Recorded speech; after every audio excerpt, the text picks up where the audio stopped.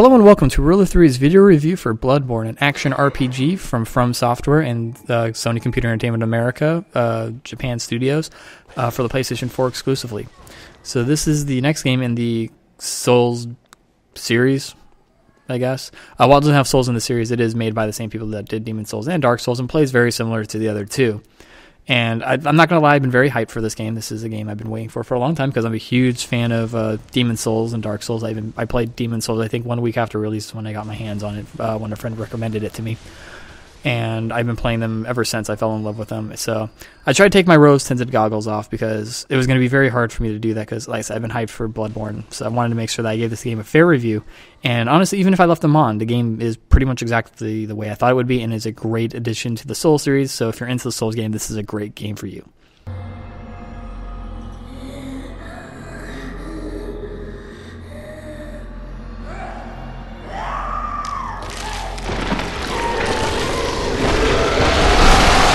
The story of Bloodborne is you play as the Hunter, an outsider who comes into the city of Yarnum for really unknown reasons at the beginning, and is trying to fight his way through the town, which has been infested by the Plague of the Beasts, which is turning its inhabitants into very creepy monsters and creatures. And that's all I'm going to really say. The goal is basically just to, get out of the town or solve the mystery of why this is happening and all that good stuff. And I'm going to say, the story is about on par with other Souls games. It's very cryptic, very mysterious. So it works very well for the setting. While it doesn't have as many characters as, Dark Souls and Dark Souls 2 had, the few it does have, you don't see them, but you get more of just kind of you knock on doors and you get some dialogue from some of the inhabitants, and some of them are generally creepy. And usually the further in the game you get, the creepier and creepier it gets, and I kind of like that. But on the whole, like I said, it's on the level with other Souls games. So yeah. We are born of the blood, made men by the blood, undone by the blood. Our eyes are yet to open. Gameplay is where it's going to feel very similar, but also very different to people who have played Souls games. So like I said, it's an action RPG. You're going to go around killing enemies that yield blood echoes, which are the currency used in this game to both level up, buy items, and increase your weapon strength. I'm going to go over each one of those a little later. From people playing the Souls games, the first thing you're going to notice is the combat is a little faster and a lot more aggressive. There is no shield. Instead, you're going to get a sword and gun for the most part. And the gun is used to both shoot from a distance, but also to make the parry attack happen. So instead of getting your shield and timing that, you have to time your shot right, and then they'll stumble and you can get your crit off. There is no backstabbing or other critical shots. That's the only way you can pull off criticals, is getting that parry shot. And is both very easy to do, but it's it can be kind of a pain, and it's kind of dangerous to pull off against certain enemies. But it yields a higher result, obviously, because it's a super crit. I like the system. I thought it was flowed a lot better. It played a little quicker, and just I think made the game both a little easier to play, but also made it harder because, yes, you're going to be attacking faster, so things are going to be, get more attacks off, but so are the enemies, so it kind of created this nice ebb and flow to where I think it balanced itself out, and that made the game a lot more enjoyable instead of it just being I died a lot faster and they died a lot faster. It's still, kill time still was about the same, but it just felt a lot faster paced, which is a good thing. So that's it with the combat. The other notice is, at least for somewhat combat, is the healing items are different. This plays a little bit more to where Demon Souls was at. Demon Souls more than where Dark Souls. Where Dark Souls had the Estus Flash, which respawned every time you got to a bonfire. Demon Souls has the herb system to where you had to find herbs, and those were your healing items. Dark Souls, or Bloodborne goes back to that system, so you're going to get blood vials. And there's not multiple blood vials. There's only just blood vials. They heal for a specific amount, and you can carry at first up to 20. And that's it. The good news is they drop off all the enemies, so they're not hard to get. But you can also buy them on the shop for a certain amount of souls. The other consumable is obviously bullets for the gun, but once again, those drop off enemies, you can buy them from the shop. Item management in this game I thought was a lot better. It wasn't as obnoxious as Dark Souls 2 and Dark Souls was with the amount of secondary items that you could have. There was really only a handful, and I think that worked a lot better to not make the game as complicated, which is going to be kind of the theme of Bloodborne, is making the game less complicated while still adding depth to the game. So with that, I'm going to go into the blood echo situation. So as I said, you're going to get blood echoes from enemies. If you die, you lose your experience points, and the blood echoes fall to the floor. However, if there's an enemy in that area, it's actually going to eat the souls, and you have to kill that enemy in order to get your souls back from it, which is a nice touch. I really enjoyed that minor change. Instead of just being on the floor, you have to kill the enemy that killed you for the most part. Having said that, so you're going to spend these on items from the shop, which allow you to buy armor, guns, and the secondary items are all there for different prices, and they're all fairly, I think, in the right pricing area, and level up. Now, the things with leveling up is it still works the same way. You have multiple stats and you can put points into. The thing I like about it is it simplified it down to only 6. You have vitality, which is health, endurance, which is your, how fast, how long can you run, dodge, and attack for, and as well as your poison and frenzy resistance. You have strength, which is, certain weapons have a strength modifier. Skill replaces dexterity and is for, once again, different type of weapons, but mostly for faster weapons. Blood Rage, I think, is the name. But it modifies your gun skill. And Arcane, which is your magic skill. And that's it. It's a lot more... It's easier to figure out what things do. There's not as many secondary stats. Like, instead, you only have poison and frenzy. Those are really the only 2 statuses you're ever going to have to deal with. However, there's 2 types of poisons, fast and slow. Slow poison kills you slowly, fast poison kills you faster. That's really the only difference between poisons. But you don't have, these multiple tiers of, different defenses. I mean, the only other defenses in the game are fire and bolt. But those are modified only by your armor, which is the other thing I like about this. While some people may miss it, Dark Souls and Demon Souls, you had to have certain level parameters to equip certain armor. This game, it completely got rid of that. Instead, you can wear whatever armor you want, but instead they tiered what kind of benefits each sets of armor gets. So if you want to have your elemental resistance on for an elemental part, you can just equip that. But, then you come to a physical part, you're going to want to change back out to the more physical armor. And I like that system a little better. It just simplifies things, and I can tailor my playstyle a little bit more to my armor and not have to worry about meeting certain parameters for that.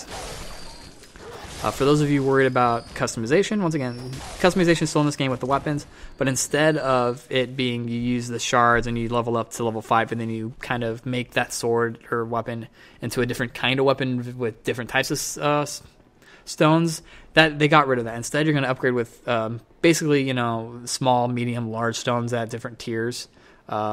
And that's going to upgrade your weapon.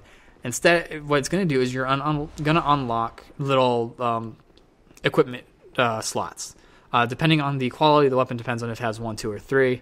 That's dependent on just kind of where you got in enemy-wise. But anyway, most usually have at least 1, 2, 3. Yeah, 2 to 3-ish. I've only come across a couple of ones. But anyway, in these slots, you can increase the attack power, you can add elemental, you can add poison, you can add frenzy, and that's where you can really customize your weapon to be what you want it to be. It's a nice system. I really enjoyed it. The other cool thing about that system is while it does cost you souls to level up the weapon, equipping stones doesn't. It's a nice touch, so you can really on the fly customize your weapon to where you're at, making the game both a little bit more accessible and probably a little bit easier for some people. The other change is, so to help also with that the customization, is you're also going to get what are called Cero Runes. Cero Runes affect your character in certain ways. There's a bunch of different runes. Some increase defense, magic resistance, poison resistance, increase health, stamina regen, and they kind of do more of the other things that secondary stats might do, but give you that little bonus too. It's a nice touch. There's 3 of those, and then there's a 4th one, which is called the Order, which is going to give you what you get from a Covenant. There's only a handful of Covenants in this one. I have yet to join one. I know where they're at, and I'm trying to join one. But they're a little trickier to join this time because you have to do kind of these side quests in order to unlock them. And it's a lot of fun. I really enjoy the customization system in this game. The other big change is how they do dungeons.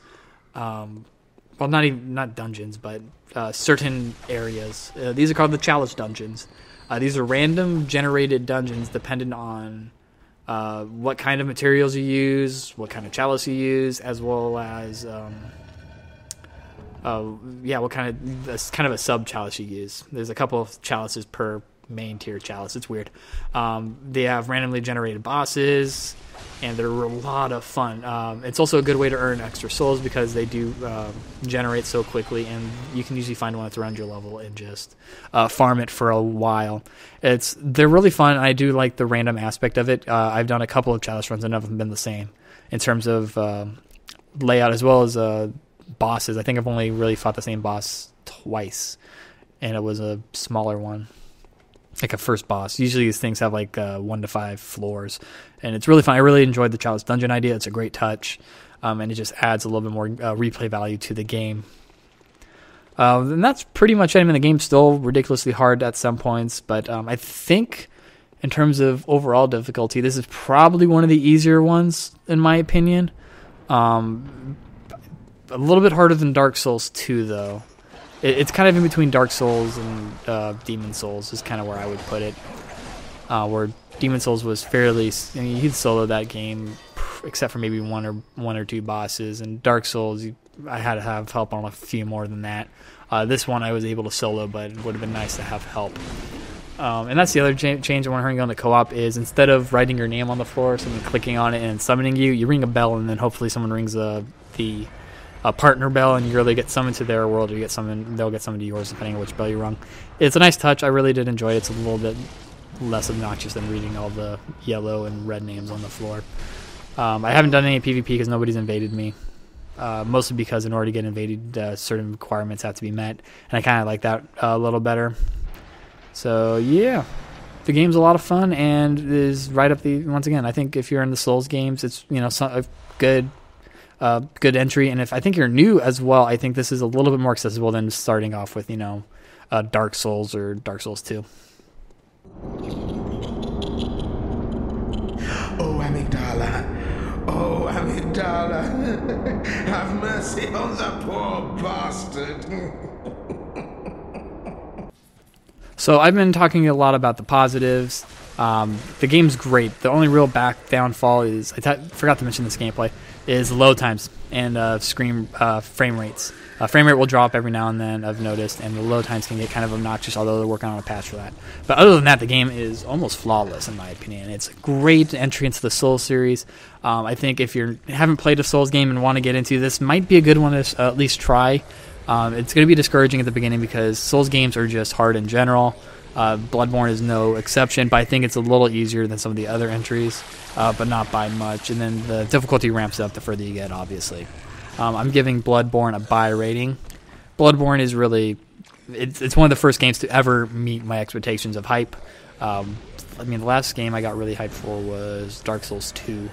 Because I really like Dark Souls, and Dark Souls 2 is, good game, but a little disappointing. Bloodborne actually met the level of awesome I was hoping it would be, which is good. Like I said, it had very few flaws. If you're not into Dark Souls, or you hated it, you're probably not going to like it, but honestly, I think if you are willing to give it a shot and stick with it, I think it's a really, really good game, and is almost, like I said, almost flawless. If it wasn't for load times and the frame rate drops, this game would be almost perfect, in my opinion. So that's it. So next week review, I believe, is for Tokuden Kiwami for the PlayStation 4. Yeah, that should be it. So thanks for watching, everybody. Make sure to subscribe to our YouTube channel if you're on the YouTube channel. If not, go to the YouTube channel and subscribe.